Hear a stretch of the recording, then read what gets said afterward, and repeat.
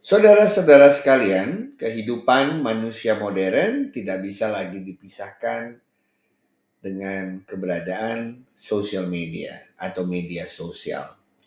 Hampir setiap hari manusia menggunakan media sosial seperti Facebook, Instagram, YouTube, Twitter, dan lain sebagainya untuk berkomunikasi, untuk berkolaborasi, berinteraksi, dan bersosialisasi dengan sesama teman, keluarga, dan masyarakat di sekitarnya.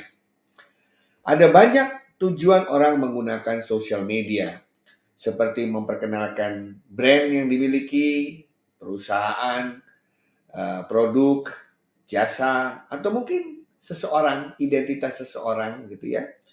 Tapi ada juga yang menggunakannya sebagai media untuk berkampanye, menyatakan gagasan, ide, mengajak. Ada juga yang dipergunakan untuk bisa berkenalan, menjalin interaksi antara teman-teman lama, reuni begitu ya, dan banyak lagi. Kenapa demikian? Karena manusia pada dasarnya adalah makhluk sosial, bukan hanya makhluk individu. Dan di negara-negara timur seperti Indonesia, gotong royong, bersosialisasi, ngobrol bareng adalah suatu kultur, keniscayaan yang tidak bisa dihilangkan. Oleh karena itu, maka media sosial tumbuh dengan subur di negara seperti Indonesia. Perusahaan-perusahaan, organisasi paling banyak menggunakan media sosial untuk memperkenalkan brandnya. Kalau dulu kita memperkenalkan brand itu dengan cara membuat brosur, ngomong di TV, pergi dari satu tempat ke tempat yang lain, preaching begitu ya, supaya orang tahu brand kita. Tapi sekarang dengan sosial media katanya brand yang baik itu adalah kalau brandnya jalan-jalan sendiri begitu. Karena kita tidak bisa lagi mengontrol manusia saat ini. Mereka yang mengontrol interaksi dengan dunia di sekitarnya melalui media sosial. Jadi bagaimana brand yang kita miliki, apakah brand pribadi, produk, layanan, jasa, value, organisasi, perusahaan, program, atau apapun, itu bisa diperkenalkan secara native dengan menggunakan media sosial. Di mana orang akan lebih banyak membicarakan dan intinya oranglah yang nanti akan menentukan, melambungkan, atau menjatuhkan brand yang kita miliki. Saat ini ada ribuan sosial media yang dikenal di dunia. Dan di antara ribuan itu ada sejumlah sosial media yang paling banyak dikenal, paling favorit karena sering dipergunakan atau jumlah usernya yang banyak. Nah, misalnya adalah Facebook, Instagram, Twitter, LinkedIn, YouTube, Pinterest, Snapchat, WhatsApp itu yang paling banyak dipergunakan. Paling tidak untuk masyarakat di Indonesia. Data tahun 2019 memperlihatkan di dunia ini masih ada Facebook yang paling banyak dipergunakan oleh perusahaan ya. Disusul oleh Instagram, Twitter, LinkedIn, YouTube, Pinterest, dan Snapchat. Jadi perusahaan paling banyak masih menggunakan Facebook, Instagram, dan Twitter dalam membantu mereka memperkenalkan brand, produk, services, layanan, value, dan lain sebagainya.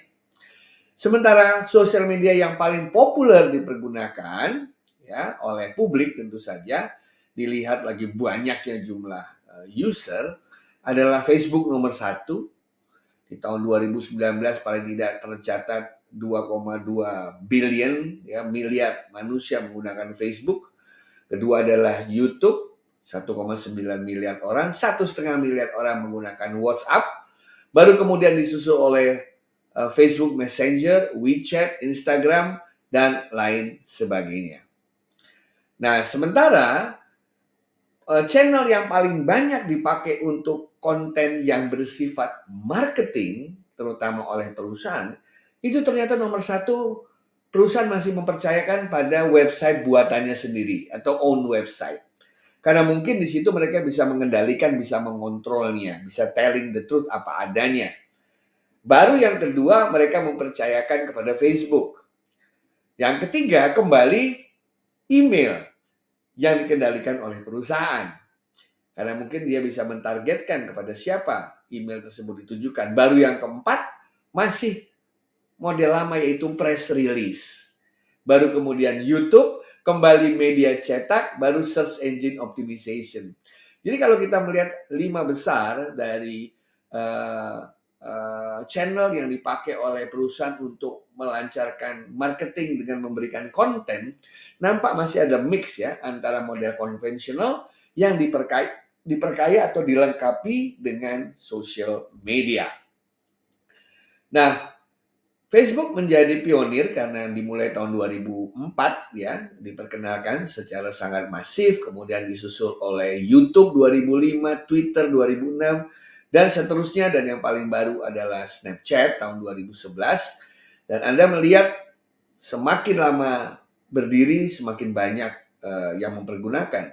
Kecuali yang cukup baru dan banyak dipergunakan adalah WhatsApp, 1,5 miliar orang menggunakannya. Sementara Facebook yang terlebih dahulu sudah masuk 2,3 miliar orang.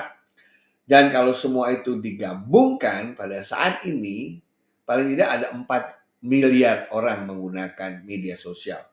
Karena data 3,5 miliar ini adalah data dari Brandwatch pada tahun 2019, 3 tahun yang lalu.